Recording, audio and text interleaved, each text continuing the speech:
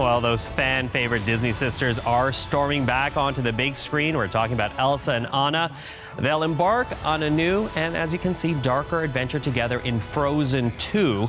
And don't worry, their lovable sidekick Olaf is there with them. The snowy sequel will hit theaters a little later this month. Now, Disney is certainly going all out ahead of the big premiere, and last night in Toronto, the stars of Frozen 2 came out for a major promotional event. Our Eli Glasner was there to take it all in, and he brings us this report. Now we just have to survive this blizzard! That's no blizzard! Sorcery. That's my sister! That would have been nice to know. $1.3 billion US. That is how much money the first movie, Frozen, raked in globally, making that animated film the biggest animated film of all time. So the question is, can Disney do it again with the sequel? Find who is calling to you. They may have answers. I'm going with you. Anna? No. Excuse me, I climbed the North Mountain, survived a frozen heart, and saved you from my ex-boyfriend, so, you know, I'm coming.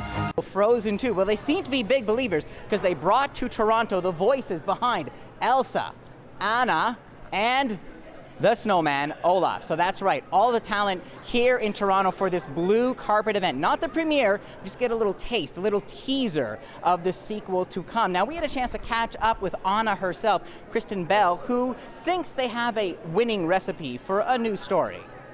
Having the ability to do a second one was really cool. Everyone else felt the pressure. Yeah. I did not, perhaps because one thing I share with Anna is eternal optimism. I'm a firm believer that if you make a cake and you use those same ingredients the next night, chances are it's also going to be a great cake. You know what I mean? So what we did with this movie was we matured it a little bit for this audience. Idina Menzel plays Elsa in the sequel and was telling us that in the news story, her character does let go a little more. But the question is, does she have another anthem, another song that becomes that kind of a fantastic earworm? Well, she was telling us that there are new songs on the way, different, but perhaps just as special. I have two wonderful songs that I think are emotional and passionate and wonderfully written, and that tell Elsa's story in a way that no one else could, like the Lopez's.